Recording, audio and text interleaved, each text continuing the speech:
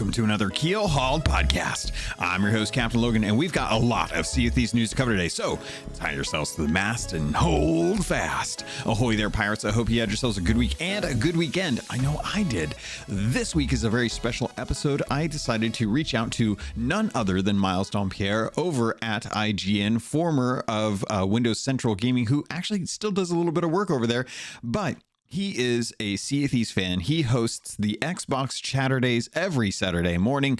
He is an audio video producer and has been loving Sea of Thieves since its launch. We're going to be talking about his feelings on Sea of Thieves, his review of A Pirate's Life and what he felt was going into that, as well as the state of the game and what could be done to improve it for a larger scale audience. All that and more in this week's episode of Keelhauled Podcast. But before I get into any of that, I have to thank the patrons because they are the ones that are help supporting this content. They are appreciative of the stuff that I put out, and they're helping take care of some of the costs that come with podcasting. So if you want to do so, if you want to show your support, you can always do so. Head over to patreon.com/Keelhauled podcast, or just share this with other people. I recently just celebrated 220 reviews over on Spotify. It's great to see folks giving their time to help kind of promote this content with me. So I want to thank the patrons.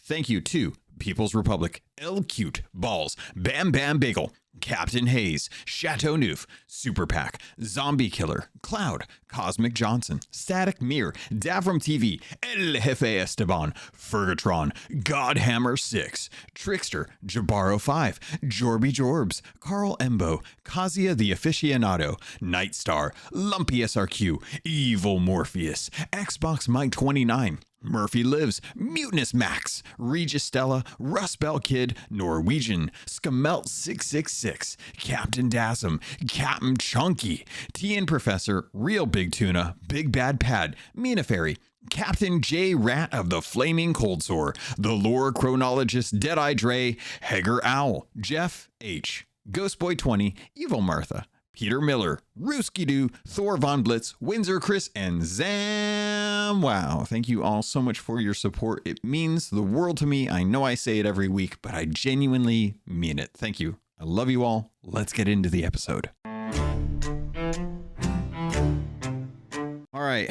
If everyone's listening to this, then you're probably wondering what we're doing this episode, because usually I do solo shows, but I have with me none other than Miles Dompier, who is joining us from former Windows Central, now IGN. Miles, you've been working in the industry a relatively short time in comparison to some of the constituents that you've worked with in the past, but I wanted to bring you in to Sea of Thieves this podcast because I've been following Xbox Chaturday for like ever. I've been watching your shows. You've had some really amazing people come on in the past, and I wanted to first off congratulate you on 100 episodes, because that's insane. But also because you've had some of the biggest interviews and ones that will resonate through like the Sea of Thieves community in a long time. So welcome to Keelhauled. How you doing, man? I'm fantastic. Thank you for that fantastic introduction, man. Yeah, it just hit episode 100 over on Xbox Chaturdays, and like you said, in hindsight, I guess I've been in the games industry for 4 years ish. Started late 2019, and Xbox Chaturdays going for 100 episodes also means it's been going for a few years, which is hard to wrap my head around because it feels like not that long ago that we pulled the Band-Aid off and said, you know what, what if we did an Xbox podcast? What does that look like? And let's give that a shake. So yeah, I've been very grateful to sit down and have opportunities to chat with passionate, awesome people who love video games, and I'm grateful that people still want to keep coming on the show and hanging out with me. Yeah, well, it's really fun to just kind of sit back and have you break down kind of industry news. It's something that I love to do, and getting to watch your show. I love kind of following everyone else's ideas and thoughts about like what the industry is going through right now. Like right now is just an insane time. Just even talking about like if E3 is going to be a thing or not, it seems insane. So, but one of the main things that I wanted to bring you in on is because you have fantastic position and a fantastic perspective with Sea of Thieves. I feel like I'm so close to the fire that I don't know how much I'm burned by being this close to Sea of Thieves. So I wanted to kind of like give you a chance to come in and talk about Sea of Thieves from your perspective, because usually the people that I talk to are from the community. And I wanted to talk to some friends who I think have some very smart ways of kind of talking about the industry as in general and get your perspective on Sea of Thieves. But before I do that, I have a couple questions for you. Hit me. What you got? What would you recommend as your favorite horror movie to people? Ooh, that's an easy one. Actually, it's tough generally, but my number one pick, if you're interested in getting into the horror genre, or you're looking to delve deeper, see if it's really, that a rabbit hole you want to go down. Evil Dead 2: Dead by Dawn is what I consider to be my all-time favorite horror movie. Absolutely love it. It's a fantastic blend of comedy and horror and cheese and gore. And man, it's a movie that I can watch every single year with just a big old smile on my face. That's cool. That's really awesome. See, I go for Cabin in the Woods as my favorite horror movie, even though it's not even really like a horror movie. It's more of a comedy, but it's a dark comedy. I don't know, something about that movie just really resonates with me. It's either that or I just blanked on it, but it's the more recent one. Not the Paranormal Activity ones, but the possession ones. Why am I blanking on these? There's a few. There's like The Conjuring. There's Insidious. Yes. Okay. Insidious is Insidious and I'm blanking on the other one too, but it's the Hereditary. Hereditary was that was scary. Oh yeah, Hereditary is one of the modern classics. I highly recommend that. I also recommend pretty much anything from James Wan. So yeah, the Conjuring universe, the Insidious universe. Yeah. One of his more recent ones, Malignant, is an absolute. It's a ride. It's a movie that I saw with my wife in theaters, and we both just had the biggest smiles on our faces because of how outrageous the twist is. It's got one of the best twists in a horror movie ever, because it's just the way they commit to the bit and the gimmick of that horror movie is just it's masterful, to say the least. That's cool. That's really cool. Okay, so have you seen Nope? I have seen Nope. Yep. Okay, that's one I haven't gotten to see yet. Is that one that you would rank pretty high as far as like horror movies go? I think it's a great horror movie. It's not in my all-time favorites, but it does a really good job of putting a unique twist on aliens. And because we've had dozens or hundreds of aliens movies over the years, but this has a really interesting spin on like what a UFO could be, and if an alien species was to invade Earth, what would they actually look like? So there are some really great scenes in it.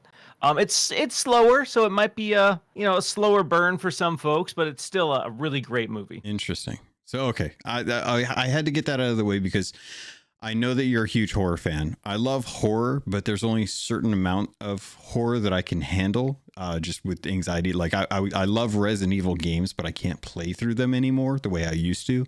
So I always have to just watch people play through them. And it's very sad because I love the idea, but there's definitely moments where I'm like, nope, I can't do that. I would love to. Yeah, it's taxing. Like, I'm a freak who loves like extreme death metal and horror, and like for me that's a way to like de-stress, ironically enough, like connecting with something so like intense and visceral and ugly.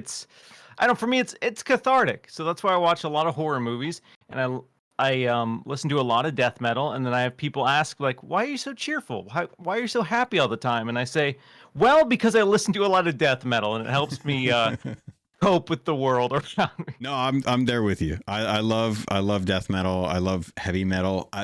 I'm stuck in my old ways. I've found the music genre or the era that I love, and I stick to it. It's really hard for me to find like new bands that I really get into.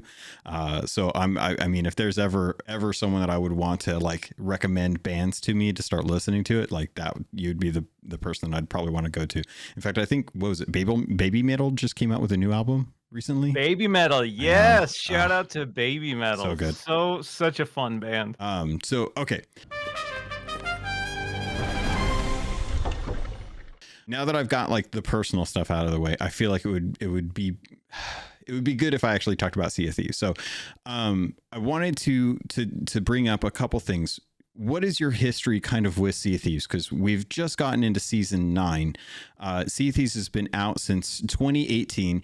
You got the opportunity to actually review A Pirate's Life for Windows Central when that launched. So knowing that you're a big fan of Sea of Thieves, knowing that you've been playing it from the get-go and that you really got into it, but knowing that there was definitely a lot of content that was kind of lacking at the start. What was it about Sea of Thieves that really pulled you in? Yeah, I've publicly talked about Sea of Thieves being one of my favorite games of all time. I've also talked about it being the most important Xbox IP of the last decade at least. A lot of that came from the initial reveal and the promise of that first trailer that we all got treated to when you see the pirate go through the jungle and come out the hill on the other side. And then the moment that I saw other pirates and I realized that this was going to be this big open world multiplayer experience set in this gorgeous pirate sandbox, I was hooked. And then you see the water and you see that beautiful water detail that to this day has not been surpassed. And there was this sense of wonder and mystery and discovery. And so the moment I saw the reveal trailer, that was the moment that I fell in love with the world. And then we had years waiting for it to come out. And then when it did hit, like you touched on, it was pretty content light. But that being said, it was such a unique experience. And that's why I think there are so many passionate Sea of Thieves fans around the world, is because there is nothing like Sea of Thieves. For better or worse, I know people feel very strongly about the forced PvP aspect of it, but this shared world is unlike anything else that exists. And for a game to come out in this day and create truly original game mechanics, gameplay loops that have never been done before, gameplay ideas that have never been done before, that is so hard. We've had decades of video game creation, and we've seen a lot of iteration and iterate. There's nothing wrong fundamentally with iteration in the video games industry. In a lot of ways, Sea of Thieves pulls from, inspirations from the past. But that being said, to come up with a suite of, as they said, tools not rules based gameplay mechanics, that was so powerful. And so even though there wasn't a lot at launch, that first year one Pirate Legend, shout out, I grinded the hell out of Sea of Thieves, really played it, and again, looked for any excuse. I had a couple of buddies who were also really hard in, and we played so much Sea of Thieves year one. And then ever since then, we've watched this game grow and expand and pull in new audiences and create these loops and systems. And I often think to myself, how wild of an experience it would be if I could erase my memory of Sea of Thieves as I know it and just jump in today and have the current Sea of Thieves be your first introduction to the game, because it's so dense and rich now, and they've had years and years to evolve the formula. And I've been along for the ride. I will say, after probably year 2, 3, I'm not playing the same level. I'm not playing 5-6 hours every single day. Yeah. But every time there's a new update, every time there's a new event, I'm there with the squad checking out what's new. And again, they just hit their fifth anniversary, and they're talking about their 5-year roadmap. And I'm still, even 5 years in, I'm still as excited as ever about the future of Sea of Thieves and the promise. And I think for a lot of us, that's been the allure, is this promise of what's there and what could be there. And for the most part, the team has done a really good job delivering on the promises of the game. The runes and things. So I'm really curious with a lot of the things that they've brought into the game ever since launch, all the different tools that they've added, the different events that they've had. Do you find yourself leaning more towards the narrative of Sea of Thieves, the gameplay of Sea of Thieves, or something more akin to jumping into the PvP aspect of it? I would say the gameplay more than anything. I'm one of those people who, I know there's an audience that wants a traditional campaign, if you will, a traditional story mode in Sea of Thieves. And for me, that's not what I want. I love the discovery. I love creating my own story, and that's something that Sea of Thieves has really excelled at. But my favorite thing about Sea of Thieves is just getting a squad together, jumping in a ship, and just sailing. Not even having a specific goal in mind, just getting in a boat, heading in a direction, and seeing where the adventure takes you. That is something I can do over and over again. And unlike any other game where typically I need a marker, I need an objective, I need, some carrot at the end of the stick to chase. In Sea of Thieves, the journey is more fun often than the destination. And that's, again, a really powerful game design decision that the team has made there. Yeah. No, I resonate hard with that because it is something that is, I think, very unique to Sea of Thieves. From your perspective, like we're talking about what's great about Sea of Thieves and what's unique about it. I'm always curious, and this is where I feel like your expertise would really help me out here. Why is it, do you think, that Sea of Thieves, at least from Zeitgeist, isn't quite on par with some of the other IPs that Xbox has? I mean, I would say if you look at player numbers, it's bigger than most Xbox games, just objectively. And so I think that's why they constantly shout those numbers and engagement figures kind of from the rooftops, because Sea of Thieves just continues to grow. As it went to Steam, it grew. As its player base on both the console and the PC side just continues to grow, and more people engage with the game. And I think that is because it delivers something unlike anything else, but inherently that's going to be polarizing. So if you go on your Twitter, which is a small bubble of the grand gaming space, there's a lot of people who complain about Sea of Thieves. Again, primarily, I think the complaints come from the shared world, the forced PvP. That is a big turnoff. So for some people, that automatically isn't going to be as compelling as a, Halo that has both. It has your campaign, it has your multiplayer. Whereas Sea of Thieves, the campaign and the multiplayer, that's one experience. There's no disconnect between the two. That's all one shared thing. And I think that's the greatest strength of Sea of Thieves, is that the team committed to the idea. They introduce things like the speaking trumpet, and they introduce all of these systems that are cleverly designed to immerse the player in the shared world and the unpredictable human element. That's why I love Sea of Thieves so much, is that, AI is fun, PvE is fun, sure, but there is nothing more interesting and fascinating than throwing a human in the mix that their actions cannot be predicted. Yeah. And so even the best game AI engines in the world can't replicate that feeling. And that's why Sea of Thieves is fun. You never know if they're going to be, a villain, a friend, a foe, and you have this roller coaster of emotions. Like, do I trust this person? And then we've all had the situations where we do trust them, and then they betray you and steal your loot, sink your ship.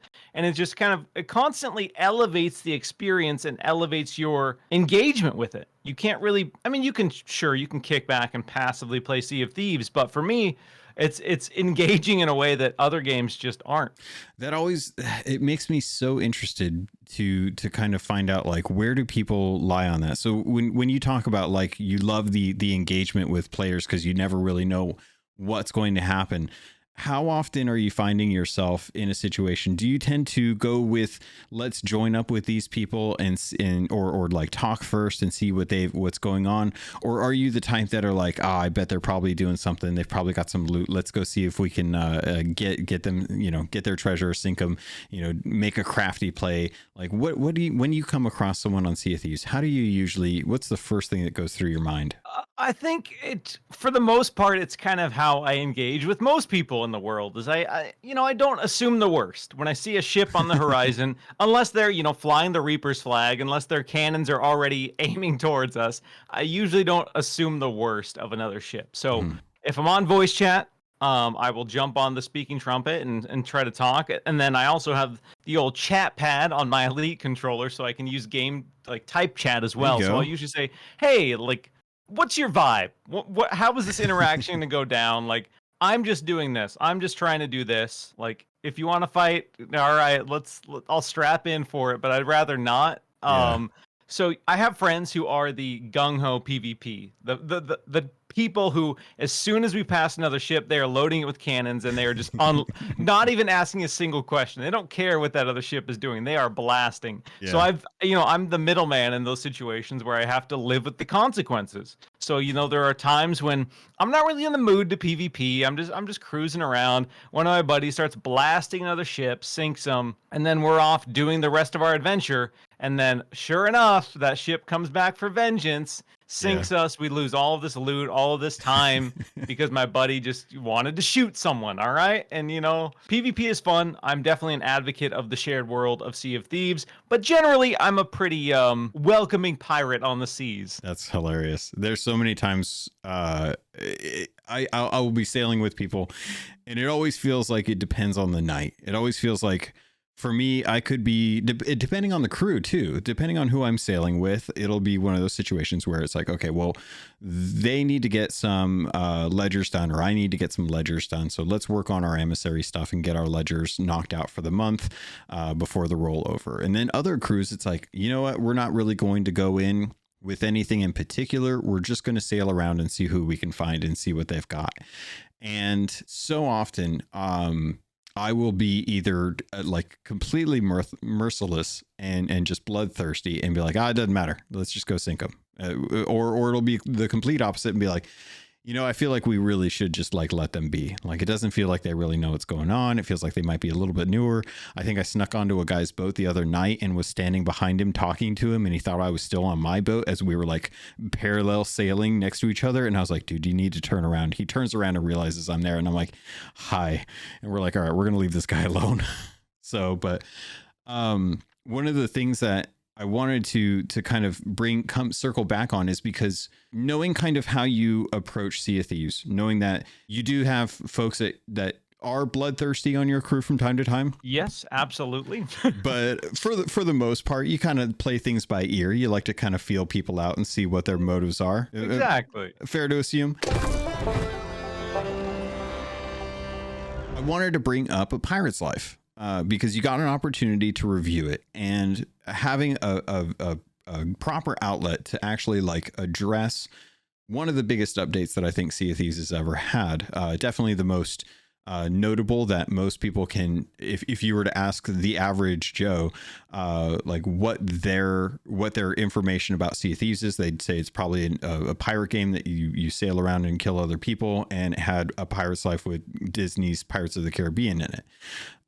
From that perspective, knowing kind of like your love for Sea of Thieves, did you feel pressured to really be critical with your review for A Pirate's Life? Did you have any kind of preconceived notions of what it would be like before you got an opportunity to jump in? And what is that landscape of trying to talk about Pirate's Life, where that a majority of people may not be familiar with the current landscape of Sea of Thieves? Yeah, that's an important dance that you have to look at with every single review. For me, my goal is always, to be honest and inform a wide variety of players with my reviews. So when I look at Sea of Thieves, my background is I've played Sea of Thieves for years. I know the things that this game does well. I know the things that this game desperately needs if it wants to appeal to a broader audience, because when A Pirate's Life hit, Sea of Thieves was a few years old. It had its dedicated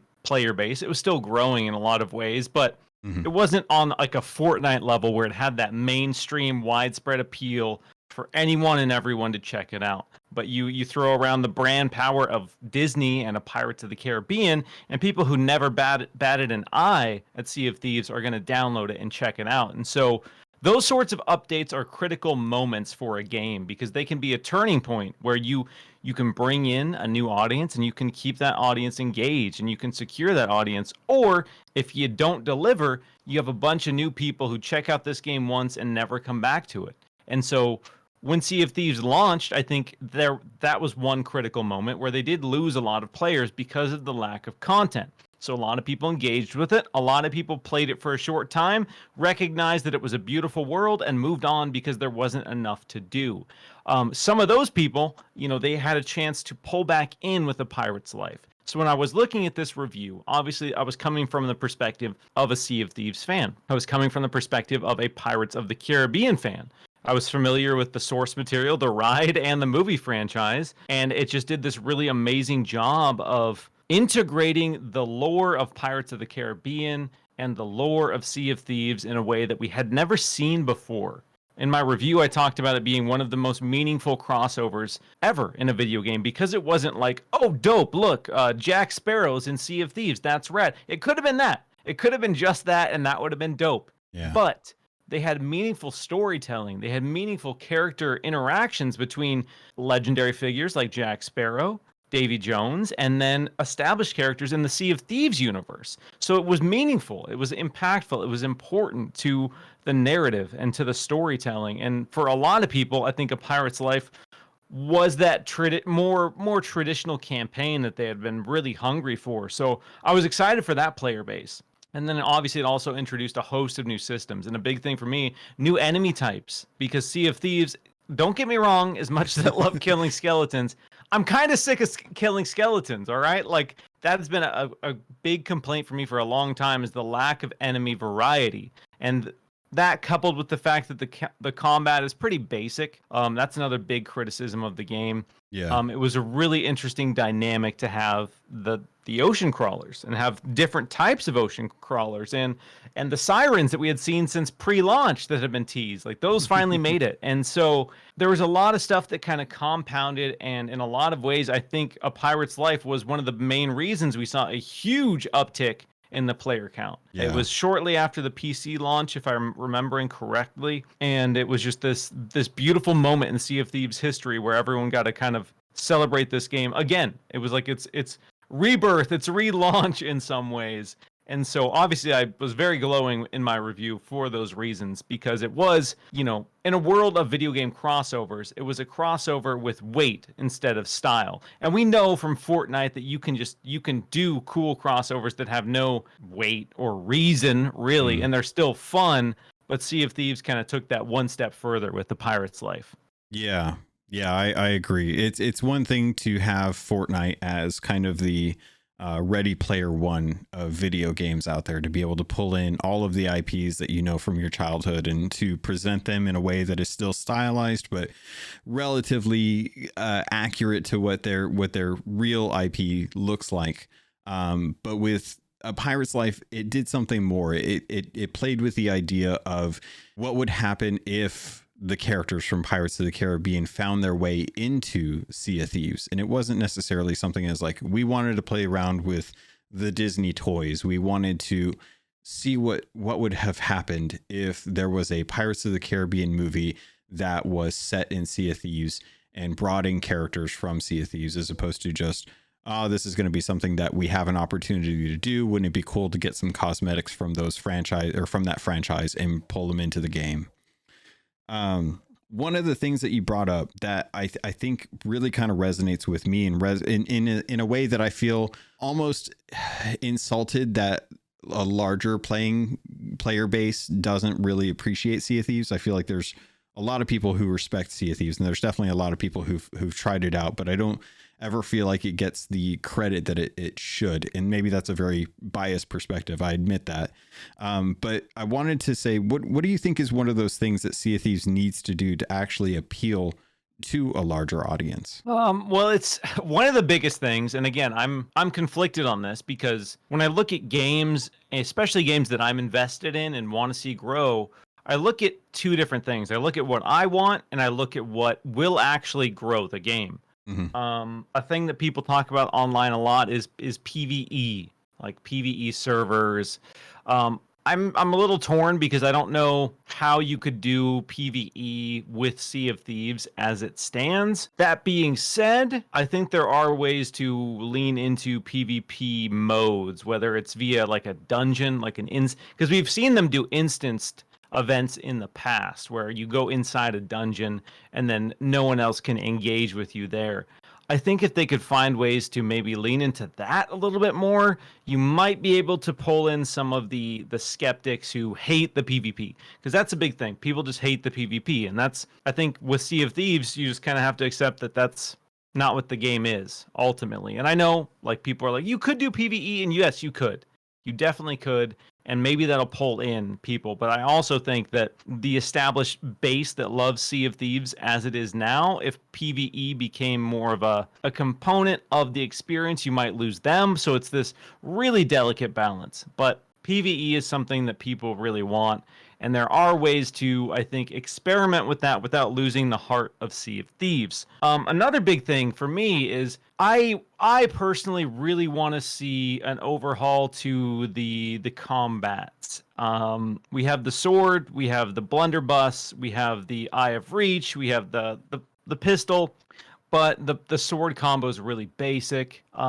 There's no other melee weapons really in the game. They've added like the staff, which gives you like some ranged attacks and kind of mixes up the gameplay loop a little bit. We have throwables, so we have basically pseudo grenades that we can use. They could expand the throwables with, fruit. I think would be a fun twist there, but ultimately, I want to see some new weapon types. I want to see a whip. I want to see some other iconic pirate weapons that are melee driven, and I want to see them, have a perfect parries or some system that makes the combat more engaging. So when you're in a fight with a skeleton or when you're in a fight with a human, it's not this like very predictable ebb and flow of, okay, here blunderbuss once and then switch to another gun or blunderbuss me off the boat. And especially the sword fighting component is pretty lacking. So I think that would be another way to pull people in.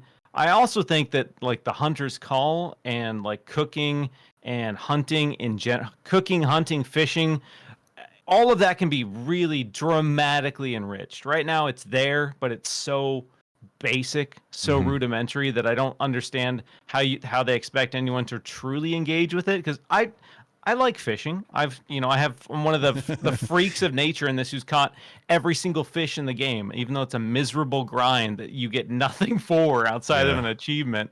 I did it because I just like the fishing. I like the cooking as well, but it's, hey, throw some meat on here and watch it turn brown. Like, we're in the seas. There's spices. We have, there's fruits. Let's throw in some vegetables. Let's make the cooking more impactful. Let's make the cooking provide some sort of, temporary buffs to your, I don't know, make it so you can hold your breath longer, make it so you can run slightly faster. Like, lean into that and make the world more enriching and engaging through that. Those are the things that when I look at Sea of Thieves now and I look at the things that have been added to Sea of Thieves, I think those particular systems, while probably a little bit more involved, are long overdue. So we just recently got a pretty big quality of life update with season 9. They've scaled pretty much all of the content so that it will move from single player all the way up to 4-player, and most of the content is a lot more accessible. We've also seen some really nice quality of life changes with like the harpoons and being able to grab stuff automatically and not having to pull it off. Hallelujah! Isn't it nice? It's so great. But we've also had some really awesome things like the storage crates and stuff like that. When you're playing, I'm curious because I 100% want to see your world with the fruit and having spices and things like that. I've long since thought that it would be great to be able to cook multiple fruit with maybe a piece of meat to add like up to like a Kraken meat, so say like you take like one drumstick, a couple bananas and a coconut, and instead of it being just like the one banana's worth of health, you're actually getting a pineapple's worth of health, and you have like a meal. Think a la like Breath of the Wild, where you get a little more rich food depending on how you cook it or what you cook it with. Ahoy there, pirates. This is the ad for this episode, and I did want to let you know if you wanted to avoid these and just get a regular filler, you can head over to the Patreon. There's a special feed just for patrons that get the ad-free version. If you want to keep listening, though, I can't say I blame you, because this week I want to let you know about Loot Crate and getting 15% off of most crates and crate subscriptions when you use the link and code RobotsRadio in the show notes. Also, you can head over to audiobooks.com, get your first 3 audiobooks for free, and that can include any 2 VIP books, or use the affiliate link for Green Man Gaming. If you're a PC gamer or you'd like to save money on games, it's one of the benefits of being a PC gamer. Head over to Green Man Gaming. You can get codes for Steam, Epic, any of the different stores that they have deals going on. They have deals going on all the time, and if you plan on buying there, please consider using our affiliate link. All of that goes straight to me through the network. Thank you all so much for everything that you do to support this podcast. It means the world to me, and I continue to try and improve the quality and the content for you. With that, pirates, let's get back to the show.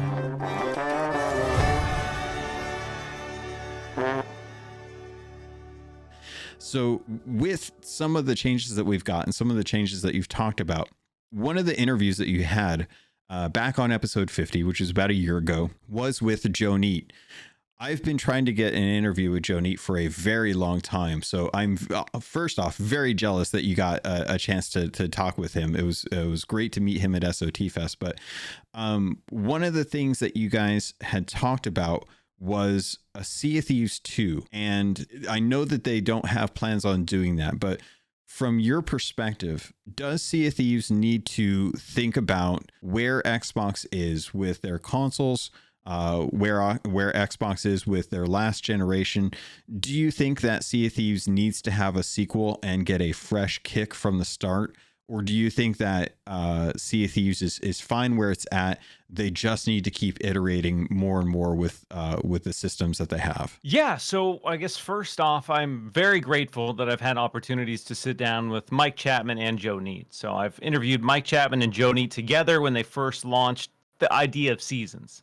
Pre-season 1, we sat down and talked about, what's a season mean in Sea of Thieves? What's a battle pass mean in Sea of Thieves? And then to have Joe Neate come back for episode 50 of Xbox Chaturdays was also really awesome. So shout out to Joe. He's an awesome dude. I'm grateful that we have opportunities to talk, publicly and privately. So really appreciate everything that he's done over the last couple of years.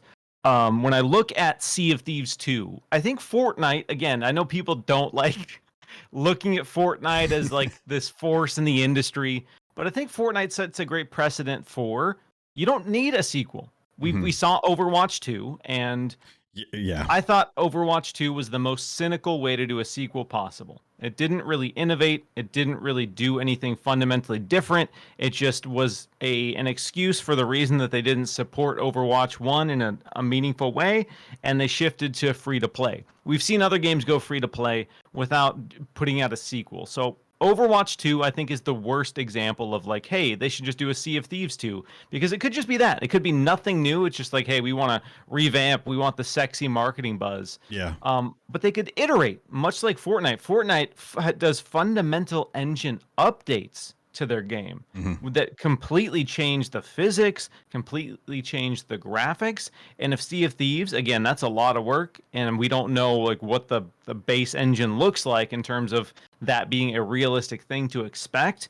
And we also know that Fortnite has just an army of people working on that game, just an absurd number of developers working on that game. So it's not something I expect every game to do. But that being said, there is a way for Sea of Thieves to meaningfully update and enhance the game from a graphical level, from a gameplay level, without doing a Sea of Thieves 2. Destiny is the other example where you could just go, hey, we do need to innovate. And right now, we know Destiny 2's engine it's showing its age with the last several updates. A little bit, people feel it, people see it, and I think it's at the point where I don't think they're going to continue. Well, actually, I think they've publicly said they're not going to continue the game beyond a certain point. And I think the reason they're doing that is to basically do like a Destiny 3. I know they're working on some new IP as well, but I do see Destiny continuing in one way, shape, or form, and I think that's going to be via a Destiny 3. So there is, again, a precedent there that maybe the Sea of Thieves engine and the way that the game's been built and iterated on isn't going to allow for a Fortnite level like fundamental huge update to the engine. That being said, it probably could continue for another 5 years without a meaningful engine update and keep iterating and keep people happy and engaged. I mean, look at World of Warcraft. Look at these legacy games that have been going for like over a decade that there's not really any huge fundamental tweaks to it, but it still finds a way to keep people engaged. And I think Sea of Thieves could easily be that. Yeah. Yeah, no, it's funny that you bring up a World of Warcraft, knowing how many like engine updates they've done to that thing over the last, 15, 17 years at this point. Yeah. But I'm always, it's funny because the question always tends to come back. When will Rare drop Xbox One S and One X support so that they can focus on developing for stronger hardware. And the question I always come back to is well, what about PC players on lower end systems? They're always part of it, and they're always going to be a part of it. And there's no way to really separate those people. Like, you would really have to cut off a fair amount of console hardware to be able to keep it at the level of what an Xbox Series S or X could do. I don't even know if my PC is considered powerful enough to really be falling in line with the current gen systems. With rumors of a mid-gen refresh coming, with next-gen PS6s coming in 2028, with Sea of Thieves having the update for the Xbox Series S and X, I'm curious, how do you feel as far as Sea of Thieves being kind of like a headliner for Xbox? We've seen issues with Halo Infinite struggling to monetize their free-to-play multiplayer system. We still don't know really what's going on with Coalition. There's been trouble as far as like the Perfect Dark development. Fable's pretty quiet. We know Starfield and Redfall are going to hit, but I think that those are kind of like the big titles that were the purchase reasons behind the ZeniMax acquisition. So with kind of moving forward with Xbox, I constantly feel like I want to push the outside world of just the community, beyond the community of Sea of Thieves, and see like, what do I have to do? What is it going to take for Sea of Thieves to be one of those headliners that people are going to be like, I can't wait for the next season of Sea of Thieves? Because I feel like something big is coming down the pike with June, and having the Xbox Season 9 is going to end right towards the end of June. We got a Pirate's Life announced. I believe that was, 2020? Mm-hmm. And we got a fantastic update from them. We've had some pushes and some holds on adventures and mysteries. Right now, we're kind of like in a waiting pattern to find out what's going on. Like, I wish there was a way that I could ask some of the constituents that you have in yourself, like, what would it take for Sea of Thieves to get back onto the front page of like IGN? Like, what would be something that would it have to be like a Pirate's Life 2 for them to be warranted on having like mainstay coverage? Yeah, it really depends on what the feature pull is there, because you need the marketing buzzwords, unfortunately, as much as we don't really like to hear them or don't need to hear them as folks who are, immersed in the conversations, immersed in what the game offers. You do need those marketing buzzwords and those big draws to get people excited about a game. First thing that they could do, we've seen a huge push to do multimedia. If you do a Sea of Thieves movie or a Sea of Thieves series, that would instantly skyrocket the brand appeal of the game.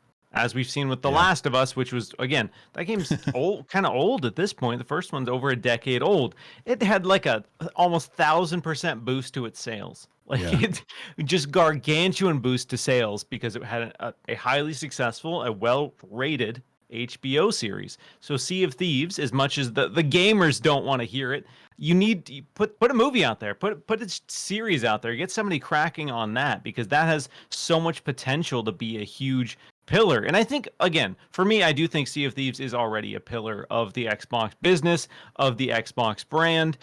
They are one of the most, the logo now, I think, is probably one of Xbox's most well-known. You could see the Sea of Thieves logo and you know what that is. You know who it's associated with. Yeah. There are very few other Xbox IP, as much as, online we see people talk about Hellblade and Fallout, and, Pip-Boy's huge. Pip-Boy's huge.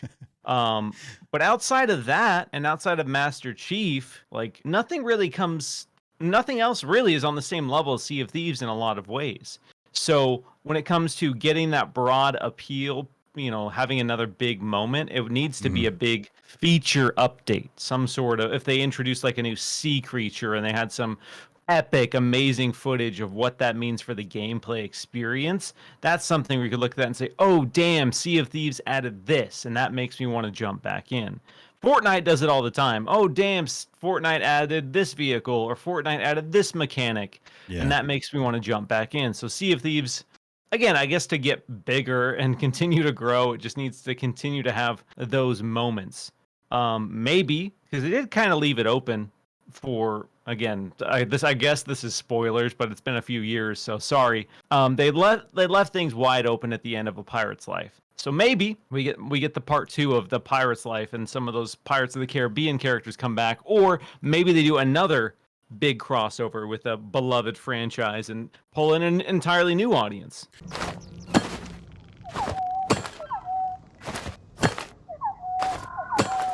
If you had the money, you had the ears, do you have like a crossover IP that you would love to see come to Sea of Thieves? That's really tough for me because Pirates of the Caribbean, that's the perfect one. That is the perfect one. Like they started there, which means every other crossover they do is going to be hard for me to compete with Pirates of the Caribbean, because that was such a beautiful, perfect match made in heaven. So I know some people want One Piece. I've never watched the anime, so I don't know. Yeah, but I know a lot of people really pull for that one. Peter Pan is another one people talk about with the Disney Foundation laid there. Yep. But for me, I don't know, dude.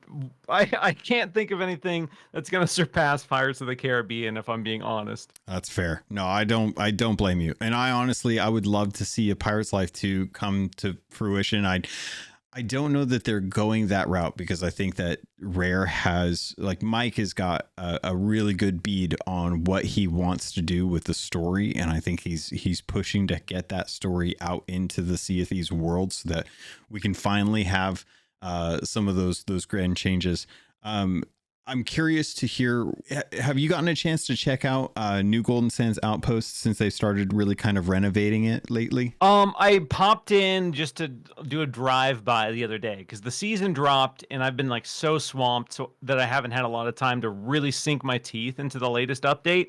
Yeah. But as someone who was pulling for Golden Sands to be rebuilt and survive, I was excited to see it come back in like a very epic way. It feels more alive. It feels like this cool, rich hub for activities. So I was really stoked to see how good it looks now and how much they've added to that area.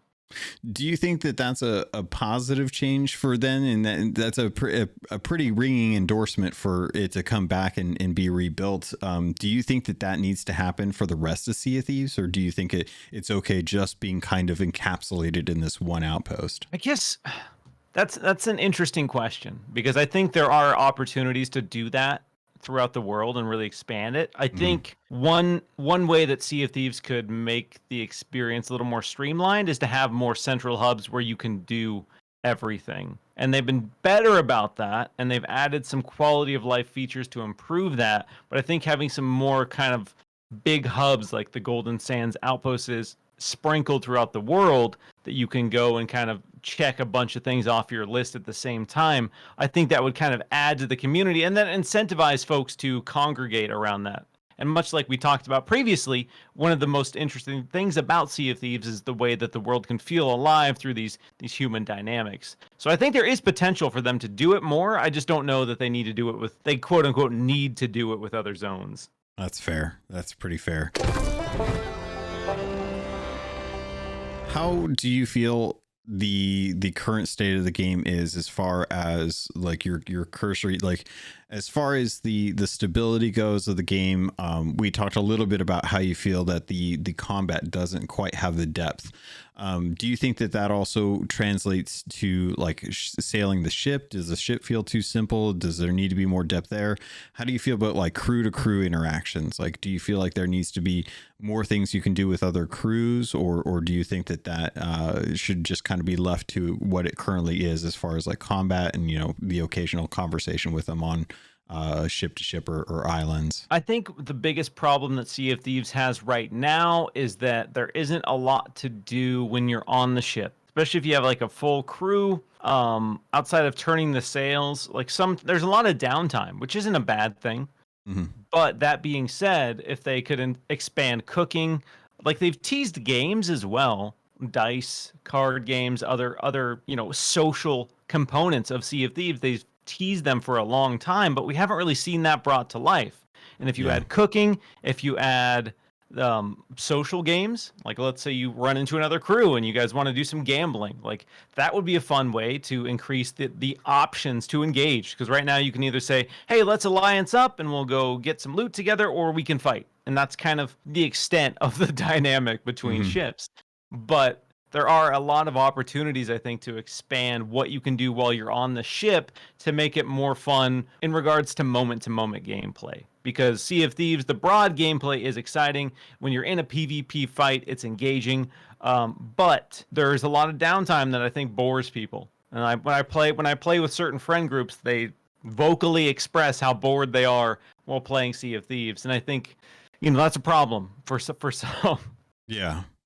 I'm curious that with something like that, I know that some of the things that have helped with that have been things like fishing, organizing with storage crates and things like that. It's really interesting to think about where should the time be spent in Sea of Thieves, because it feels like you're either going to do like a world event, or you're going to dig up treasure or fight skeletons, or you're going to be working on Tall Tale, or you're going to be actively like hunting down other ships.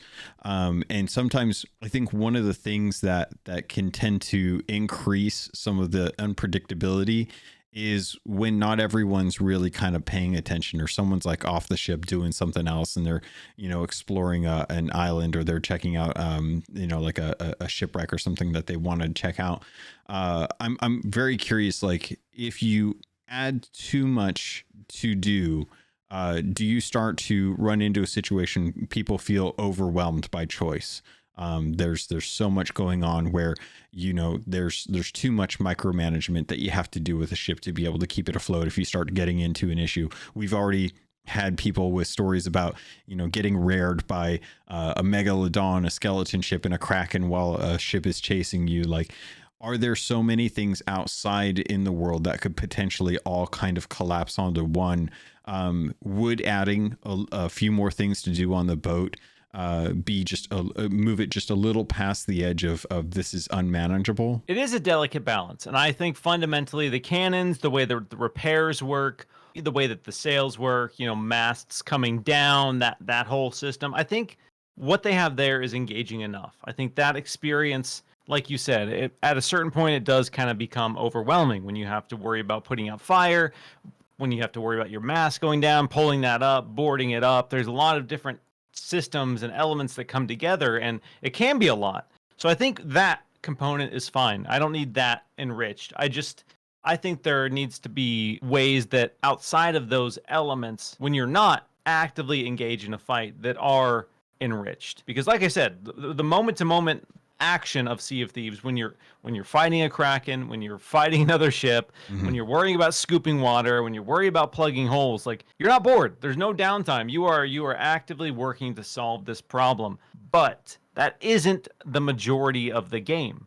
You and I both have played enough to know that that's maybe 10%, 15% of what you're doing, which means the other 90-ish% can be a little bit slow. So I think, again, just having some systems in place that make it so you feel like you have a duty. I think that would be a good way that Sea of Thieves can expand to more player types. Because sometimes you have your friend who wants to steer.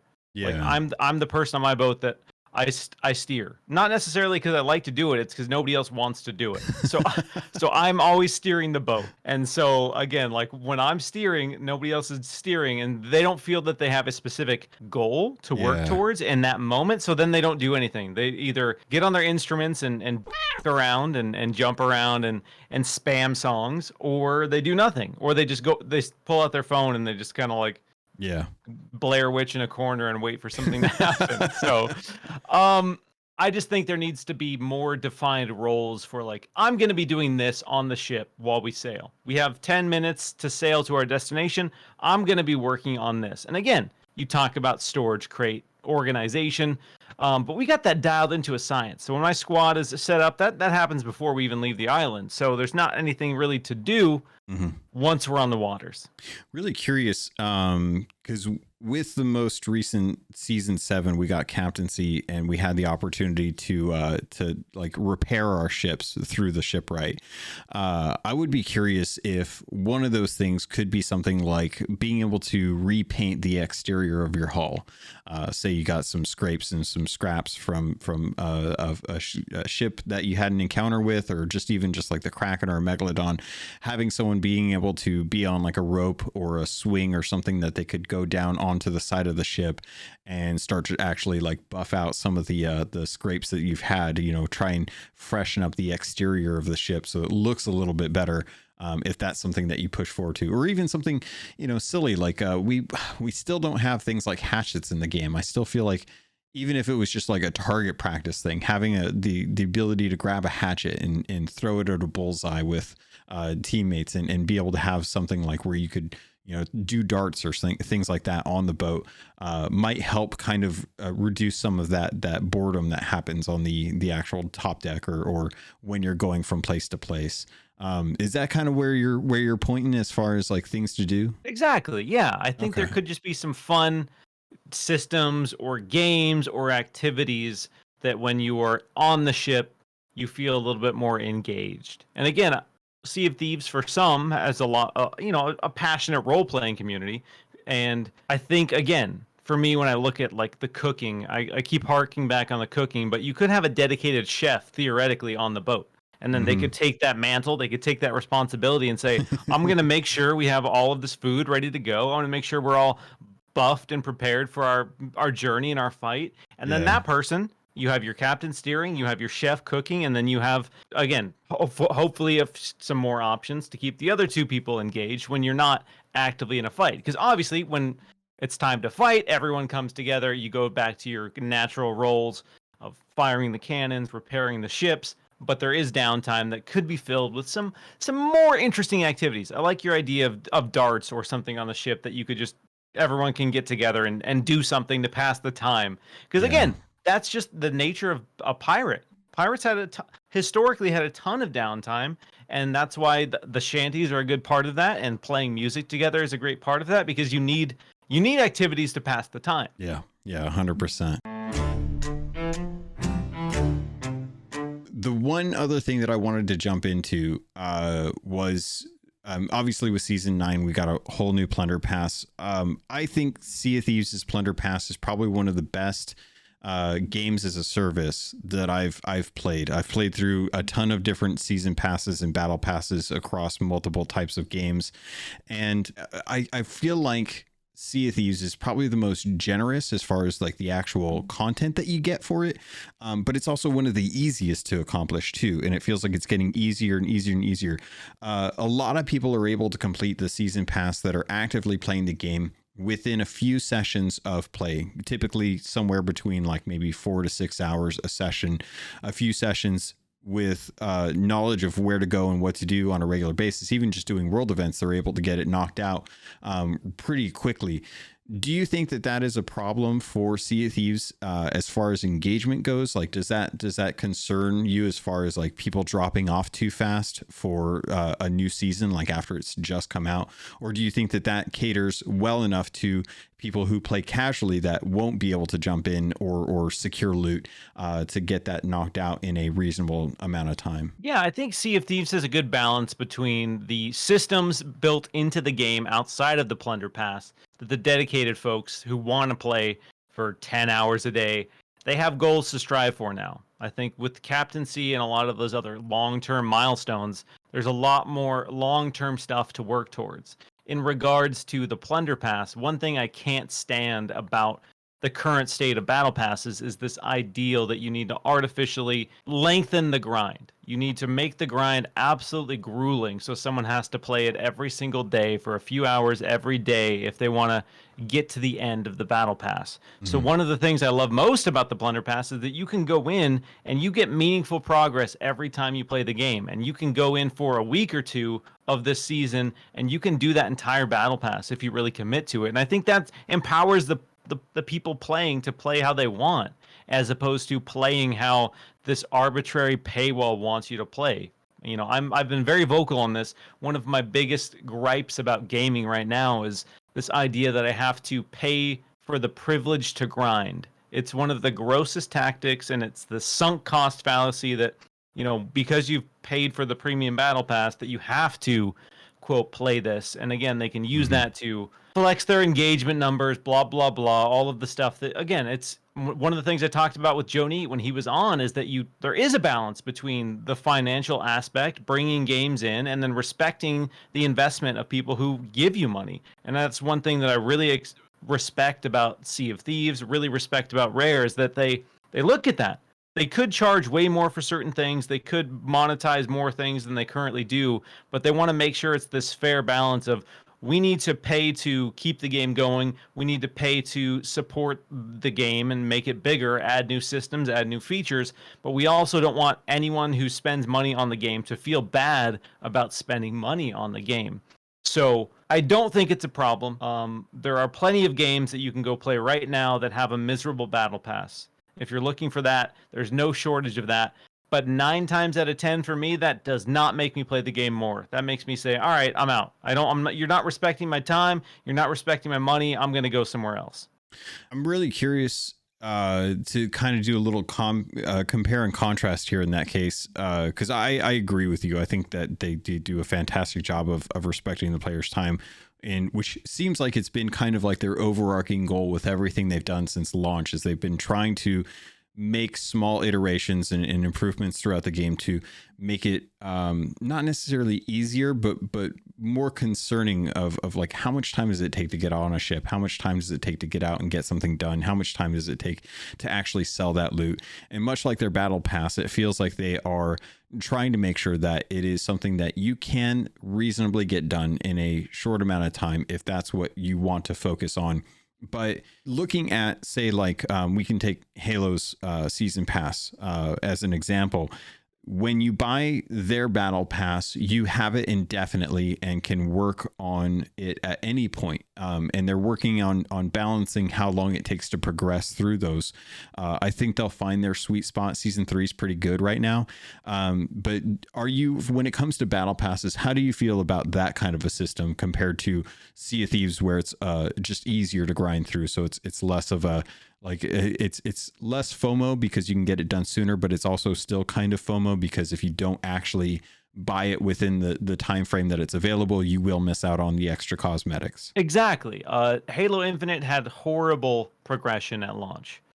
People have talked about it ad nauseum. I don't want to go into it too much, but it was such a disappointing, and like I touched on, like a very cynical approach to progression is, okay, here's daily challenges, here's weekly challenges. You do these things specifically or you get nothing towards this progress. Mm-hmm. And that forced you to play every day. You had to play every single day and play a specific way every single day.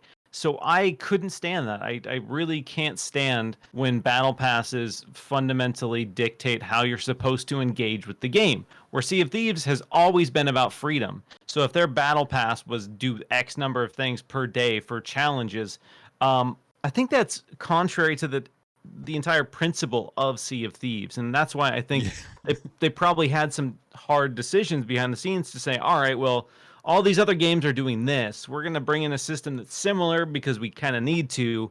But how do we make that work? So I'm glad that they said, you know what? Everything you do, it does not matter what you do. We're going to throw some ongoing challenges in there if you feel like hitting them. But no matter what, you just putting a piece of loot on your ship, that's going to get you progress towards this. And I think more games need to look at that and really empower that. So now when you play Halo Infinite, you get experience per match, you get experience if you're the MVP, you get experience if you're in the top 50%, you get experience if your team wins. So there's all of these things that say, all right, like I don't have to get 50 kills with the pulse carbine, and everyone just rolls their eyes and says, I don't want to use this damn gun. But it still rewards you for the time you put into it. So Halo right now is in a much, much better state when it comes to progression than it was at launch. Man, I love hearing you talk about this. I love feeling reaffirmed in all of the things I love about Sea of Thieves. It does feel satisfying to just play the game and be rewarded and know it. And sometimes I feel like maybe I'm not appreciating just how good it is to know, like, I did a 3 to 4 hour stint tonight We got a lot of gold, and I jumped up 20 levels in my battle pass, in my platter pass, and it feels great. I got some new cosmetics to check out. Miles, I've taken your time tonight. I don't want to take any more. I want to respect your evening because I know you're already busy. You got a bunch of stuff you're probably working on. I know you've probably got embargoes going at the moment, and if not, you're probably looking to get back into Resident Evil, because I don't blame you, because it's a fantastic game. But please, if you don't mind, just run through people where they can find you, where they can find your content. What are you up to? What have you got coming forward that they can look forward to, with this being probably the last episode for March? Yeah, really appreciate you reaching out, man. I'm glad you reached out. I love talking about Sea of Thieves. It's funny, when I started working at Windows Central, I got a lot of people commenting like, oh, I thought Windows Central didn't like Sea of Thieves because folks like Jez and Matt Brown over there had been kind of critical of Sea of Thieves. And so I came in and was like the main person pushing to do more Sea of Thieves stuff. So it was fun to build that up over there. I still do some work over at Windows Central in some capacity, but due to some budgeting things over there, I'm not as active. But you can mostly find what I'm working on now over on IGN.com. And in the last few months, I recently started my own channel, youtube.com/Miles Dompier, which has really been refreshing because it's a place where I can talk about whatever I want in the game space. But then I've also spent some time being able to talk about horror and talk about music and other things that I'm passionate about. So it's been a really nice change of pace for me. So I'm working on some Resident Evil 4 stuff for IGN. I'm going to be working on a bunch of other stuff for IGN coming up. And Xbox Chaturdays, if you haven't checked it out, is live every Saturday now over on youtube.com/Miles Dompier at 10 a.m. Pacific time. Awesome. Thank you so much, Miles. It's a pleasure to have you on. I'm going to be linking both, not only the Joe Neat episode that you did, but also the one with the preseason rollout for Sea of Thieves with both Joe and Mike. I got all of your socials in the show notes, so if you guys want to know where to find Miles, because you really should be following him, head over to Twitter at Miles Dompier, Dompier, and make sure you check out his channel. It's in the show notes. I appreciate you all. Thank you, and I'll see you soon.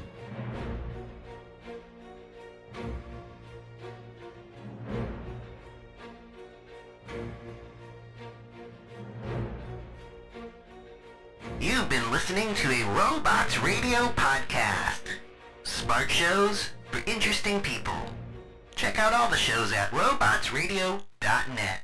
Looking for a Fallout audio drama? It's True Vault Escapades! That's right, follow the death-defying adventures of Detective Walter Camry and his Vault Girl Bunny as they solve the Wasteland's biggest mysteries. From the dramatic Texas prologue to the high-stakes world of New Vegas, Walter and Bunny risk it all to crack everything from murders, slaver syndicates, and corruption at the highest level in post-nuclear America. True Vault Escapades. It's a Fallout show with a detective twist. Look for True Vault Escapades wherever you get your podcasts. Do you like adventure? Yeah. Do you like laughing? Yeah. Would you like to listen to a group of people you don't know play D&D and reference retro pop culture you vaguely remember? Excellent. You're going to love Committee Quest. We play D&D in the world of Amarin. We use adventure modules and supplements made by people in the community. We also have a sweet synthwave backing track. Come and join us on our adventure. Volume 1 has been completed. Volume 2 coming the end of January. You can find us on iTunes, Podbean, or wherever you get your podcasts from.